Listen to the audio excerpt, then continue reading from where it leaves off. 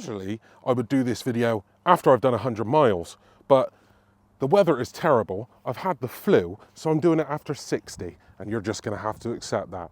But also, some good news. If you like this bike after this video, then I've got a discount code below, which should save you 200 quid, something like that. So if you love it, go and buy it. Make sure to use the discount code. And I want to say this video is not sponsored. I bought this bike with my own money, and then I reached out to Goat Power Bikes to ask for a discount code for all of you lot. So you actually get it for less than I bought it. Seems fair.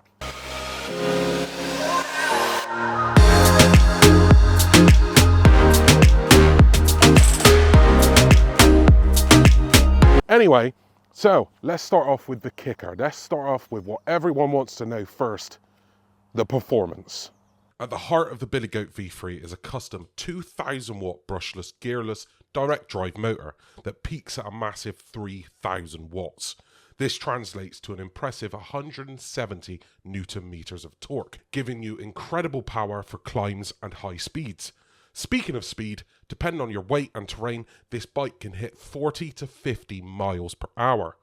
Add to that a robust 50 amp controller, a full twist throttle, and a Shimano 7-speed gear system, and you've got a ride that's as smooth as it is thrilling.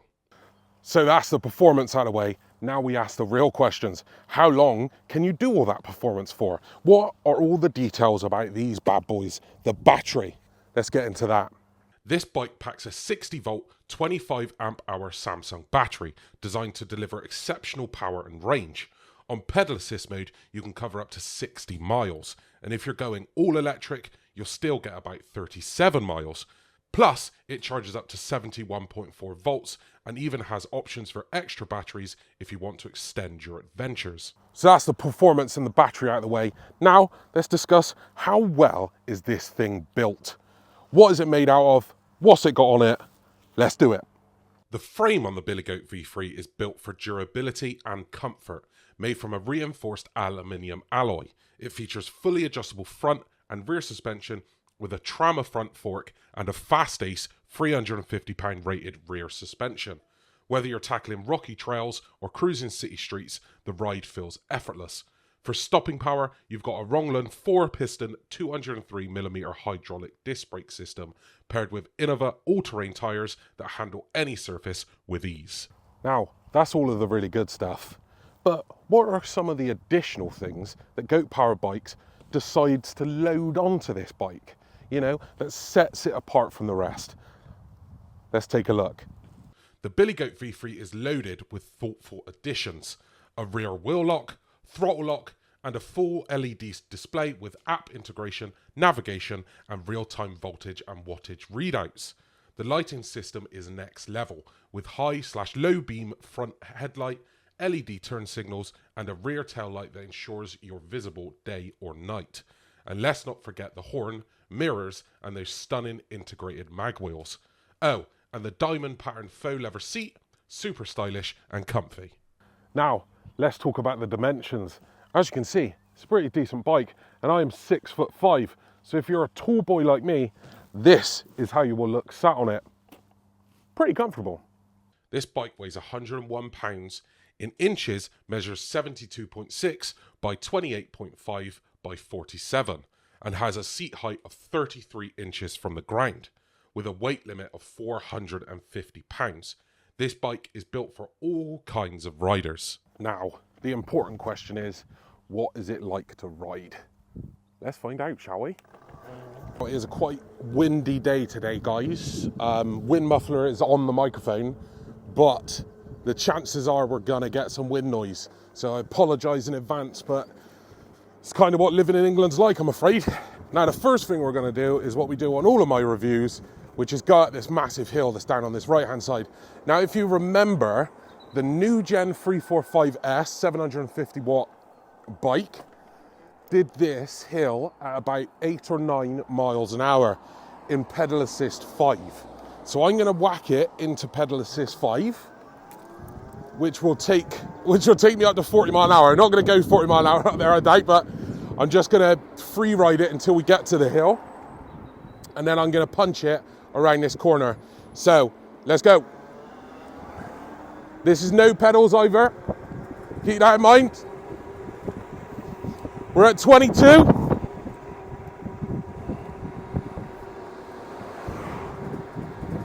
22 mile an hour all the way up that massive hill.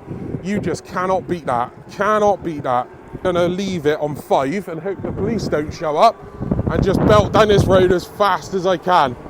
So we're already up to 30 mile an hour, 32, 33, and I've got to stop because this car is not going 40 mile an hour. No one should go 40 mile an hour on this road, FYI, so I'm putting it down, back down to 2, which is kind of like the legal limit.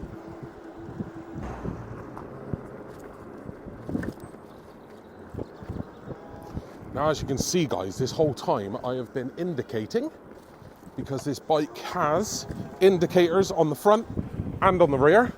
Comes standard with the bike.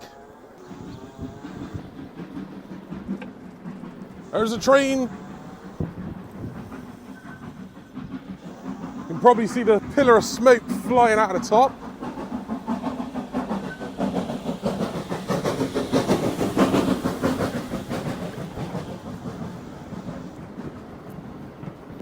And what we're going to do is we're going to head down here, and hopefully when we head down here there'll be some little quiet kind of stretch where I can open up the throttle and show you guys what it's like. But as we're driving along, because we're going over these bumps, for those of you that have watched some of my videos before, you will remember how my old bike took those bumps, and let's just say they weren't very smooth. But on here, they're so smooth. Honestly, the rear suspension on this bike is just really, really good. Now, what I will say is the suspension on this bike is really, really good. However, I will preface with, it's really, really good for me. On a lot of the forums, there is a few complaints that it's a bit too hard for lighter riders. So keep that in mind. If you buy this bike, you may want to change out the rear shock. No worries. Cool, isn't it? Yeah. Right, we're going to open it up a little bit now, guys, so prepare for some wind noise.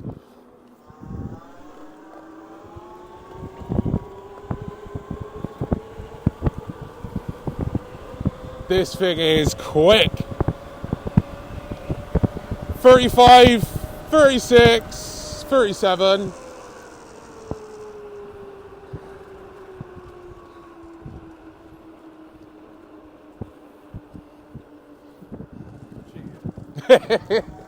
Didn't hear that, guy. This guy just said I was cheating. That's so funny. But he meant it in a like, not you know, those guys that are just a little bit knobbish. He meant it in a funny way.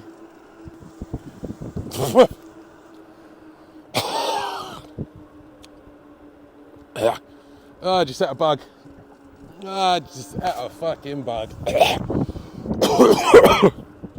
Like, it's really well made. There's no rattling or anything like that. And this is the only bike I've ever put together myself. So obviously it come all the way from America, and I had to build it myself. So I'm happy that there's no rattling, because no rattling means I actually did up the bolts enough. So yeah.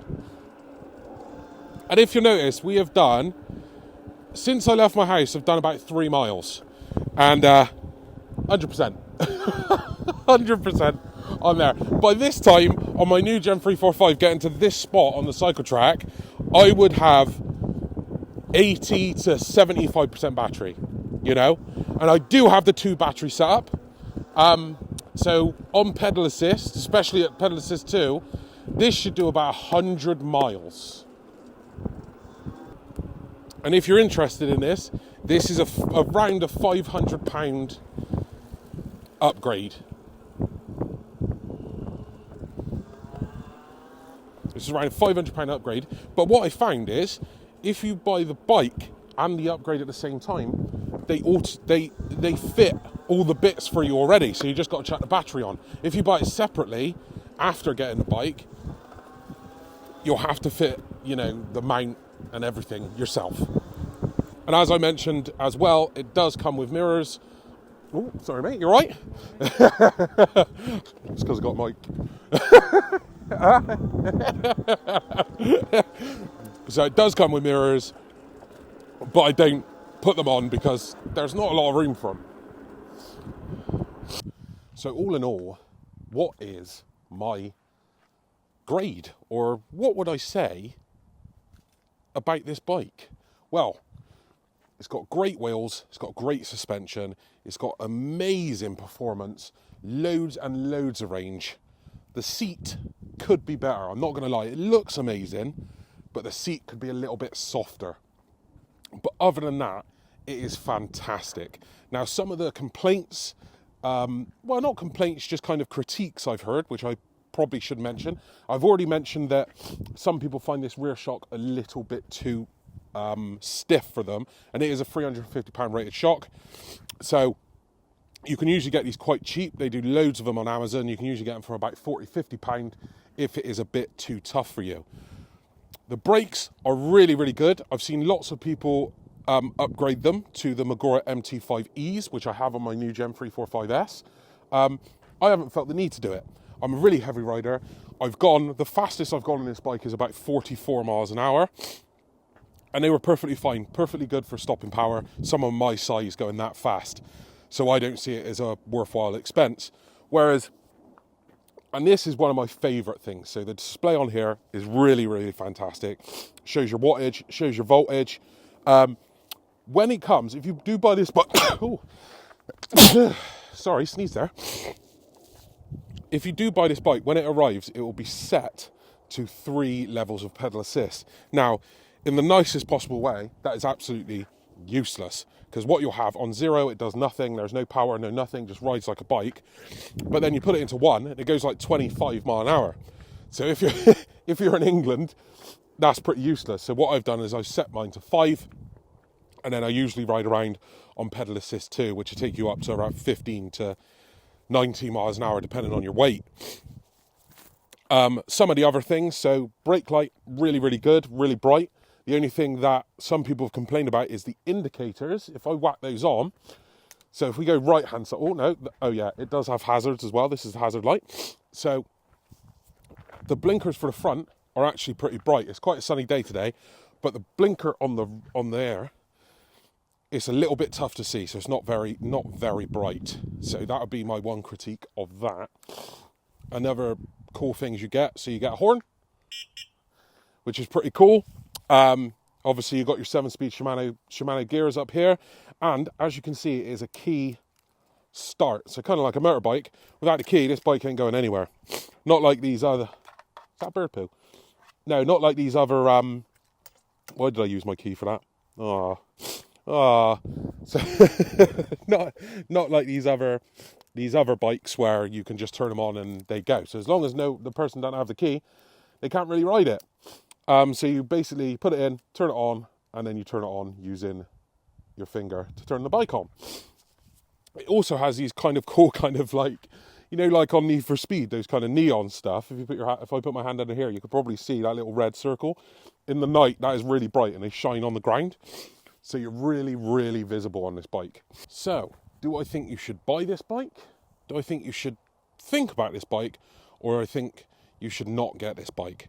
Well, if you're in the market for a good, long-range, fast electric bike, then I think you should really just go ahead and buy it, because it is an absolutely fantastic bike. And as I mentioned, if you are interested in buying it, use the discount code in the description to get some money off of that bike.